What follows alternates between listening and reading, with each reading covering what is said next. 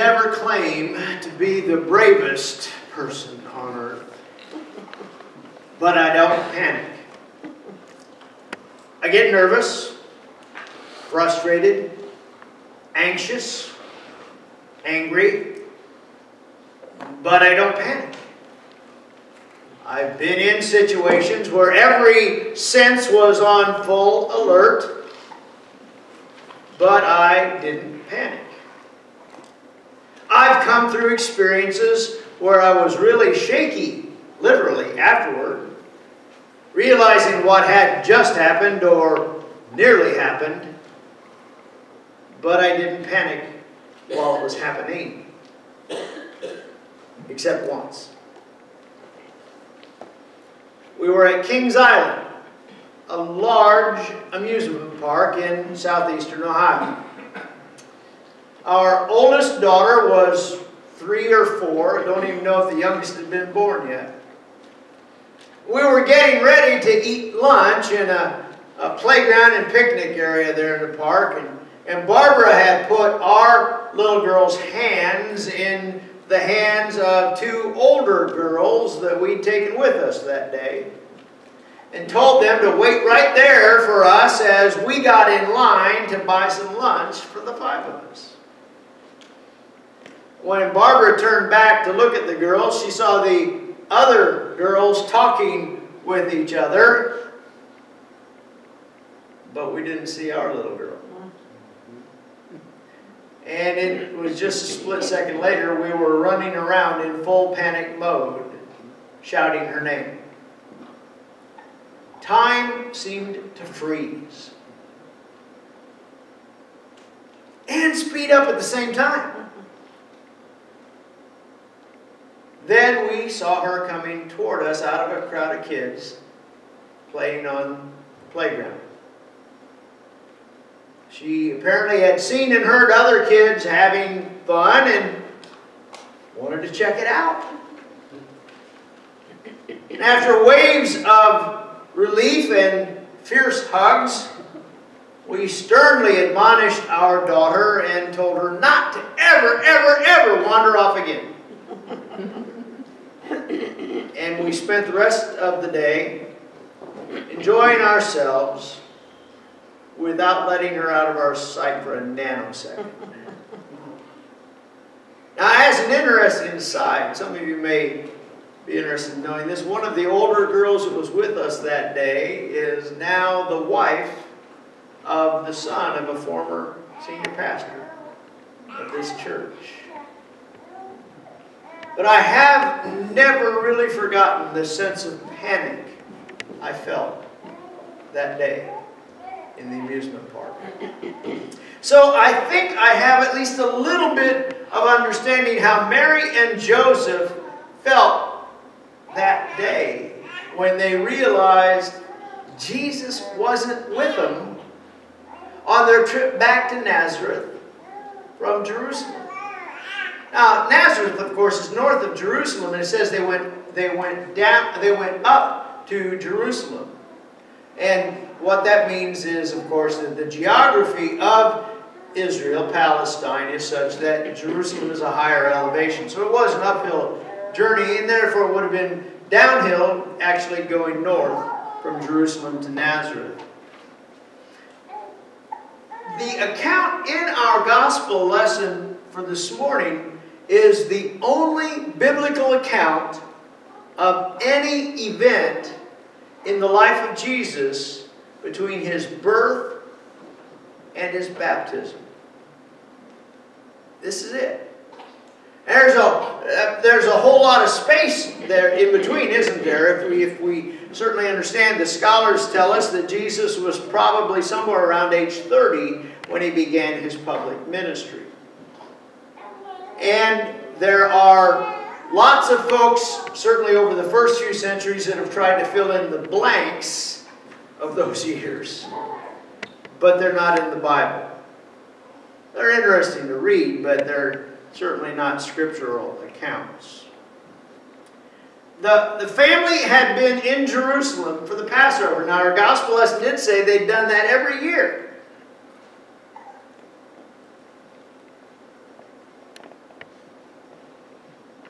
because the temple in Jerusalem was the only place where faithful Jews could perform the sacrifices, though the sacrificial rites that were a central part of their faith in life, the practice of faithful Judaism at the time. And so every male Jew within a reasonable distance from Jerusalem was required to observe Passover there. So Joseph and the other men from Nazareth traveled together, and where the men went, the wives and children would go too. They all traveled together in a group for safety as well as support. It was a week's walk from Nazareth to Jerusalem, particularly when you're taking shorter, smaller legs with you. And some scholars believe that because everybody came together in Jerusalem, that for Passover, the population of Jerusalem would swell by 300,000 people that week. That's a whole lot of guests coming in, isn't it? So they had faithfully observed all of the Passover traditions and rites, and now it was time to head home, and they started walking back. And they were at the end of the first day's journey, probably after about 10 hours of travel, when they realized that 12-year-old little Yeshua was not anywhere to be found. Now, I don't think we're on dangerous ground. I try not to read a whole lot into Scripture. I try to take from Scripture. But I don't think we're on very dangerous ground, imagining how Mary and Joseph had to be going around calling his name, going from group to group in their camp, looking for their son, then coming to that horrible realization he wasn't there.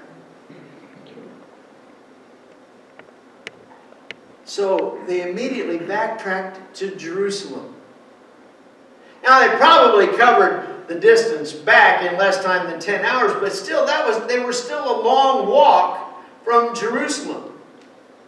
And then they spent 3 days, the Scriptures tell us, looking for their son in the big city. Can you imagine how they had to have felt going from place to place and not finding their boy?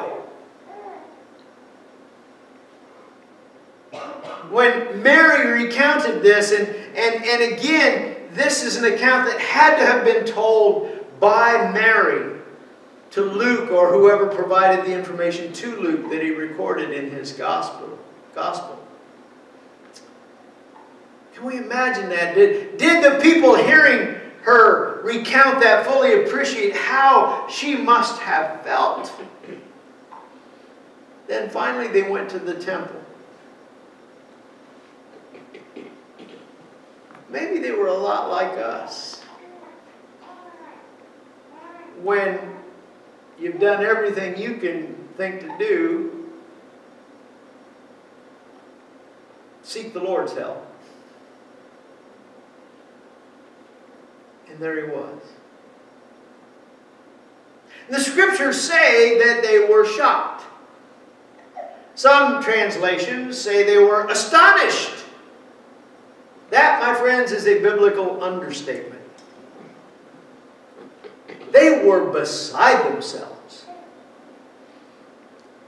Why hadn't he left with everybody else? Why hadn't he realized his parents had left without him? The Common English Bible, which is the translation that we read this morning, recounts that Mary said she and Joseph had been worried. Again, this is a biblical understatement. The Greek word translated by other versions says that they had been in great anxiety. That too is an understatement.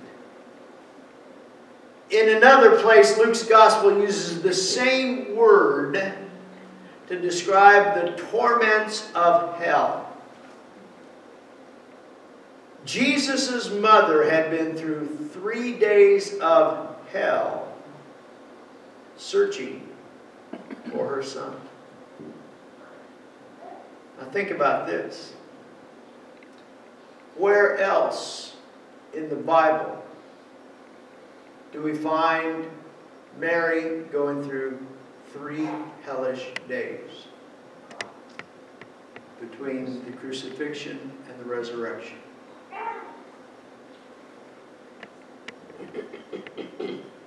Mary chided Jesus that she and his father Joseph had been worried sick looking for him. And Jesus replied, "Why?" Isn't that like a kid, particularly a 12-year-old? Why? He went on to say, "Didn't you know I needed to be in my Father's house only?" Did you pick this up? Only this time the F in Father is capitalized.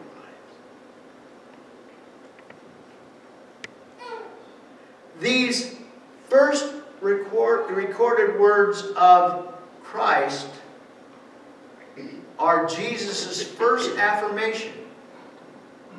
He was no ordinary boy. That he had a special relationship with his heavenly Father. He was the Son of God.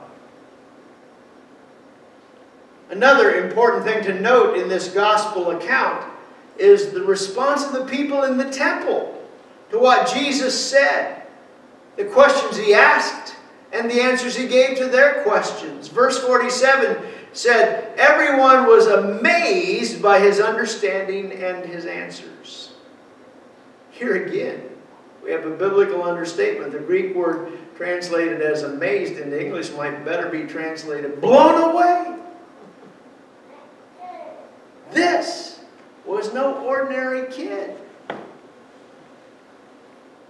Here was a 12-year-old boy reading the scriptures and explaining them, answering questions like no one else. He got it. And because he got it, people were blown away by his words.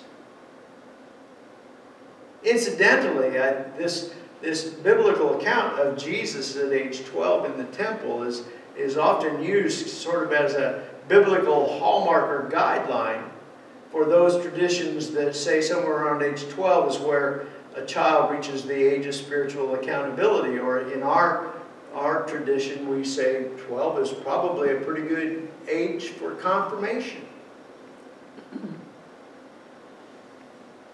But the people that heard Jesus that day were blown away by his words, and they continued to be blown away by his words throughout his ministry. Again and again, we find those accounts where people said, "This guy's teaching like no one else." It's not just a scholar spouting back learned opinion and interpretation. He was teaching with authority. Or we have the time when Jesus commanded the storm, "Be quiet, be still." And the disciples were equally gobsmacked, saying, "Even the wind and the waves obey him." People have been blown away by Jesus' words over the centuries since. His words calling us to live for God and to love others. And those are still mind-blowing words. We are preparing ourselves to celebrate another anniversary of Jesus' birth. But we need to remember he was born for a purpose. And that purpose is not only to die on the cross to offer us the priceless eternal gift of salvation, but also to show us the way to live. To teach us the eternal truths and to invite us to find the fullest possible life by following him. And I pray that as we continue on our Advent journey and far beyond, that we will all be amazed and astonished by Jesus. And sometimes, when we need it, to be aggravated by the words of Jesus.